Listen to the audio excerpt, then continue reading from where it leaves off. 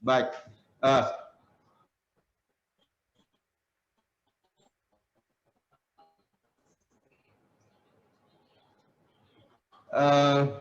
kita mulai dengan gambar yang telah ditampilkan, yaitu tentang urinary system. Bagaimana sistem daripada ginjal, saluran uretra sampai keluar urin. Nah, sistem saluran kemi itu dikenal sebagai sistem ginjal yang memproduksi, menyimpan, dan membuang urin, limbah, cairan yang dikeluarkan oleh ginjal. Ginjal membuat urin dengan menyaring limbah dan air ekstra dari darah. Urin mengalir dari ginjal melalui dua tabung tipis yang disebut ureter dan mengisi kandung kemi. Ketika kandung kemi penuh, seseorang akan membuang air kecil melalui uretra untuk membuang urin atau kotoran. Nah, sistem saluran kemi rentan terhadap berbagai infeksi dan masalah lain termasuk penyumbatan dan cedera. Sistem kemi bekerja dengan paru-paru kulit usus untuk menjaga keseimbangan bahan kimia dan air di dalam tubuh. Orang dewasa menghilangkan cairan 0,8 sampai 2 liter per hari berdasarkan asupan cairan harian 2 liter. Faktor lain dalam fungsi sistem kemi termasuk cairan yang hilang melalui keringat dan pernafasan. Dan jenis obat tertentu seperti diuretik yang terkadang digunakan mengobati tekanan darah tinggi dapat mempengaruhi urin yang diproduksi dan dikeluarkan seseorang. Minuman, kopi, alkohol juga dapat meningkatkan buang air kecil pada beberapa orang. Nah, ini adalah anatomi ginjal. Ginjal ada dua, kiri dan kanan. Yang kanan agak lebih rendah dibanding kiri karena tertekan oleh liver. Beratnya kurang lebih 150 gram. Dan panjang 5 sampai 7,5 cm, tebal 2,5 sampai 3 cm. Letaknya seperti yang ada di gambar, letak retroperitoneal sebelah dorsum vasum abdominal, ginjal kiri bagian atas pada veltra lumbal 1 dan bagian bawah pada veltra lumbal 4 pada posisi berdiri, seperti yang tadi saya katakan, letak ginjal kanan lebih rendah. Dan ini adalah fungsi ginjal. Fungsi ginjal ada fungsi filtrasi, yaitu menyaring, reabsorpsi, menyerap kembali, sekresi, dan sintesa. Fungsi ginjal pertama sebenarnya membuang limbah metabolik, hasil metabolik tubuh seperti urea, asam urat, bilirubin, dan kreatinin merupakan limbah dari metabolisme protein, asam nukleat, hemoglobin, dan kreatinin otot. Kemudian juga membuang zat asing, seperti obat-obatan, pestisida, zat adiktif, makanan, zat non-nutrisi lain, mengendalikan glukosa darah, menjaga keseimbangan cairan tubuh, mengatur tekanan darah melalui enzim renin yang dihasilkan ginjal yang mempengaruhi angiotensinogen dan aldosteron, juga mengatur osmolaritas cairan tubuh, terutama dengan menjaga keseimbangan air. Fungsi yang lain adalah mengatur konsentrasi ion cairan ekstrasel, menyeimbangkan asam basa, khususnya pH darah dan cairan tubuh, mengaktifkan vitamin D, yaitu mengubah vitamin D menjadi vitamin D3, menjaga produksi sel darah merah dengan meningkatkan produksi eritropoietin yang merangsang sumsum tulang untuk menghasilkan sel darah merah yang baru, mendaur ulang zat dalam tubuh seperti glukosa, asam amino, garam. Jika masih dibutuhkan, tubuh langsung diedarkan kembali ke dalam area darah, memproduksi enzim dan sintesa serta degradasi hormon seperti sintesis hormon eritropoietin seperti tadi, karsitriol, prostaglandin, dan degradasi hormon yaitu insulin dan paratiroid. Itu adalah fungsi-fungsi ginjal. Nah, sekarang kita masuk dengan tema kita hari ini adalah kidney failure atau gagal ginjal. Itu gagal ginjal merupakan tahap akhir dari penyakit ginjal di mana kerusakan pada ginjal sudah cukup berat, berlangsung lama sehingga muncul gangguan fungsi yang permanen. Gagal ginjal bisa disebabkan oleh 3 hal. Kerusakan langsung pada ginjalnya atau kurangnya pasokan dari darah ke ginjal atau penyumbatan pada saluran kemi dan ginjal sehingga urin tak bisa dikeluarkan dari tubuh. Jadi ada 3 penyebab dan dibedakan 2 jenis, yaitu gagal ginjal akut dan gagal ginjal kronis. Di gambar bagian bawah kita bisa melihat bahwa ada progression of chronic kidney disease yang sering disingkat CKD. Nah, kalau dari normal kemudian meningkatkan resiko, kemudian terjadi kerusakan ginjal, kemudian menurunkan fungsi ginjal, dan akhirnya gagal ginjal. Nah, untuk CKD ini, Bapak Ibu sekalian, bahaya. Kenapa? Karena kita memiliki 2 ginjal. Sementara kalau terjadi permasalahan di ginjal, karena memiliki 2 ginjal, kita seolah-olah tidak ada gejala. Setelah fungsi ginjal sampai di bawah 15% dari fungsi yang sebenarnya, maka muncul gejala sehingga pasien penderita bisa tidak merasa apa-apa, tahu-tahu sudah parah. Jadi memang harus diperhatikan bagaimana pencegahan terhadap penyakit ginjal. Nah, ini adalah gagal ginjal akut, di mana gagal ginjal akut itu kerusakan ginjal berat yang baru terjadi selama beberapa jam atau hari. Penyebabnya bisa berkurangnya aliran darah pada ginjal, seperti perdarahan, dehidrasi berat, shock, cedera parah pada ginjal, seperti yang terlihat di gambar yang di layar Bapak Ibu sekalian. Bisa juga luka bakar yang parah, penyakit tertentu seperti infeksi, glomerulonefritis, infeksi ginjal, penyakit jantung, serangan jantung, gagal hati, batu ginjal, bahkan kanker ginjal. Komplikasi hipertensi berat yang tidak diobatin, infeksi parah seperti sepsis, alergi parah, atau menjalani operasi besar, interaksi obat seperti overdosis obat, efek samping obat seperti kemoterapi, antibiotik, litium, dan lain-lain, dan penumpukan zat tertentu dalam tubuh seperti asam oksalat. Nah, kalau gagal ginjal kronis itu seperti yang digambar adalah penyakit-penyakit yang bisa menyebabkan gagal ginjal kronis, itu terjadi ketika ginjal mengalami kerusakan dalam jangka panjang, sehingga lama-kelamaan ginjal mengalami kerusakan yang berat dan permanen.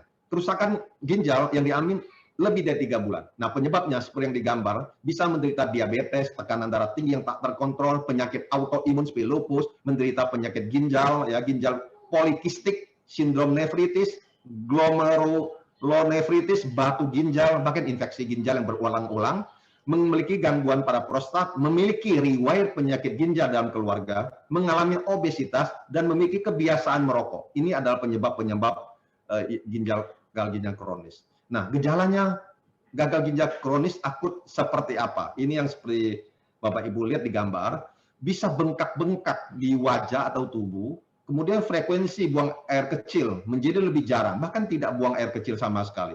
Bisa sesak nafas, letih, kurang bertenaga, mual dan muntah, berkurangnya nafsu makan, sulit berkonsentrasi, sering mengantuk, kulit pucat, kejang-kejang, penurunan kesadaran atau koma, dan Bapak Ibu sekalian, penting sekali menjaga kerusakan lebih lanjut agar tidak berkembang menjadi gagal ginjal, stadium akhir. Ginjal sudah sama sekali tidak berfungsi pada stadium akhir, sehingga penderita mau tidak mau harus melakukan cuci darah secara rutin, atau alternatif terakhir adalah operasi transplantasi ginjal untuk mengembalikan fungsi ginjal. Nah, bagaimana pencegahan? Itu seperti Bapak lihat di gambar, ada menerapkan gaya hidup sehat, banyak minum air putih, tidak merokok, dan menghindari asap rokok, tidak minum minuman beralkohol, rajin berolahraga, minimum 150 menit per minggu, mengkonsumsi makanan sehat, buah, sayuran, kacang-kacangan, lemak sehat, dan menjauhi makanan penyebab gagal ginjal. Melakukan pemeriksaan kesehatan rutin setiap tahun untuk memantau kondisi ginjal, terutama pada penderita penyakit tertentu seperti penderita diabetes, penderita hipertensi, harus dilakukan pemeriksaan rutin.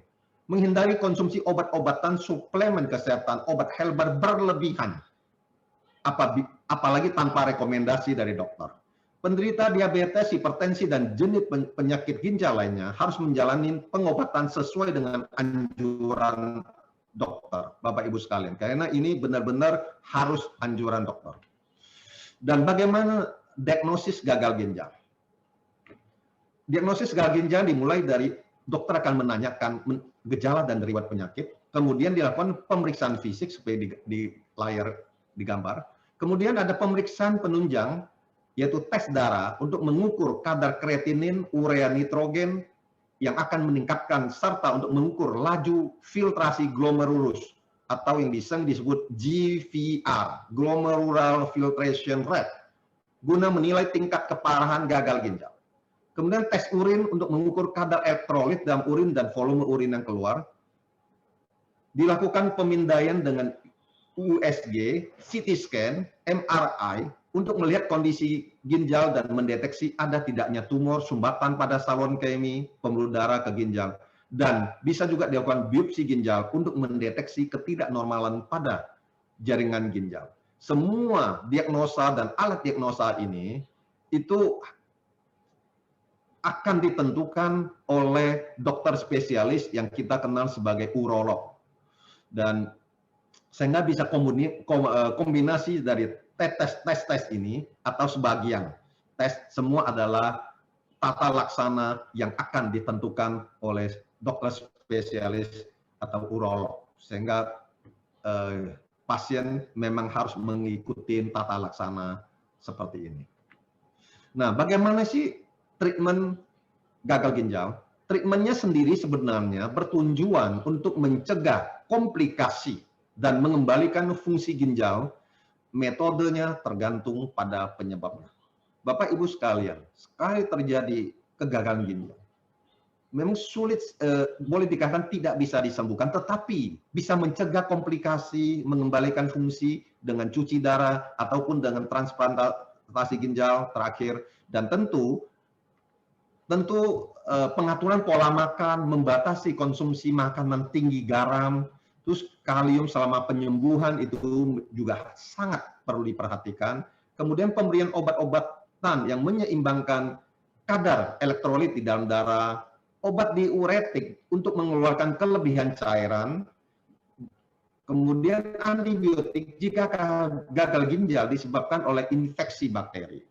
Dan cuci darah seperti digambar, hemodialisa atau peritoneal dialysis, ada dua jenis dialisa, dilakukan bila kerusakan ginjal cukup parah. Nah, obat-obat yang diberikan khususnya pada gagal ginjal bersifat kronis itu tentu obat hipertensi dan ACE inhibitor, karena tekanan darah tinggi dapat juga menurunkan fungsi ginjal dan mengubah komposisi elektrolit dalam tubuh. Suplemen untuk anemia, misalnya suntikan hormon eritropoietin dan suplemen zat besi. Obat diuretik, contoh furosemide, itu juga perlu untuk mengurangi penumpukan cairan bagian tubuh atau tungkai. Tetapi efek samping bisa terjadi. Suplemen kalsium dan vitamin D untuk mencegah kondisi tulang yang lemah dan beresiko mengalami patah tulang. Obat kortikosteroid untuk penderita gagal ginjal kronis karena penyakit glomerulonefritis, peradangan unit penyaringan dalam ginjal. Nah, yang sangat dibutuhkan juga perubahan pola hidup, menjalankan diet khusus seperti digambar dietnya, mengurangi konsumsi garam, protein, kalium dari makanan untuk meringankan kerja ginjal karena fungsi ginjal sudah sangat terganggu. Makanan kadar kalium tinggi, makanan yang dibutuhkan ada makanan kadar kalium rendah seperti apel, kol, wortel, buncis, anggur, dan stroberi. Kemudian membatasi konsumsi alkohol, olahraga teratur minimum 150 menit per minggu, menurunkan berat badan jika pasiennya obesitas, dan tidak konsumsi obat anti-inflamasi non-steroid yang dapat menyebabkan gangguan pada ginjal. Kemudian komplikasi. Gagal ginjal bisa menimbulkan komplikasi seperti di layar. Komplikasi yaitu bisa asidosis metabolik, meningkatnya kadar asam dalam darah, ketidakseimbangannya elektrolit, terjadi udema paru, cairan di paru-paru, bisa menyebabkan penyakit jantung, kemudian gangguan pada sistem pencernaan, termasuk perdaharan saluran cerna, dan bisa menyebabkan juga kerusakan ginjal bersifat permanen. Bisa hiperkalemia dan gangguan saraf akibat penumpukan ureum atau uremia.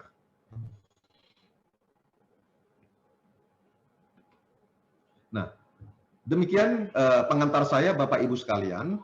mudah-mudahan dengan pengantar ini, Ibu Bapak sekalian bisa memahami gagal ginjal dari perspektif kedokteran konvensional, dan ini seluruhnya harus melalui tata laksana dokter spesialis atau urolog. Jadi tidak bisa sembarangan dalam tata laksana gangguan ginjal, khususnya gagal ginjal. Maka akhirnya melalui Seminar Nasional PIKTI, Traditional and Holistic Approach for Handling Kidney Failure, mari bersama mendukung upaya pemerintah untuk meningkatkan kesehatan masyarakat di Indonesia. Masyarakat hidup sehat, Indonesia kuat. Selamat sore, salam sehat bagi kita semua. Salam Indonesia. Wassalamualaikum warahmatullahi wabarakatuh. Om Santi Santi Santi. Om Sabesata Bawantu Sukitata. Semoga semua makhluk hidup berbahagia. Shalom, salam kebajikan, rahayu rahayu rahayu. Selamat sore, salam sehat. Saya kembalikan kepada Ki ABJ. Terima kasih.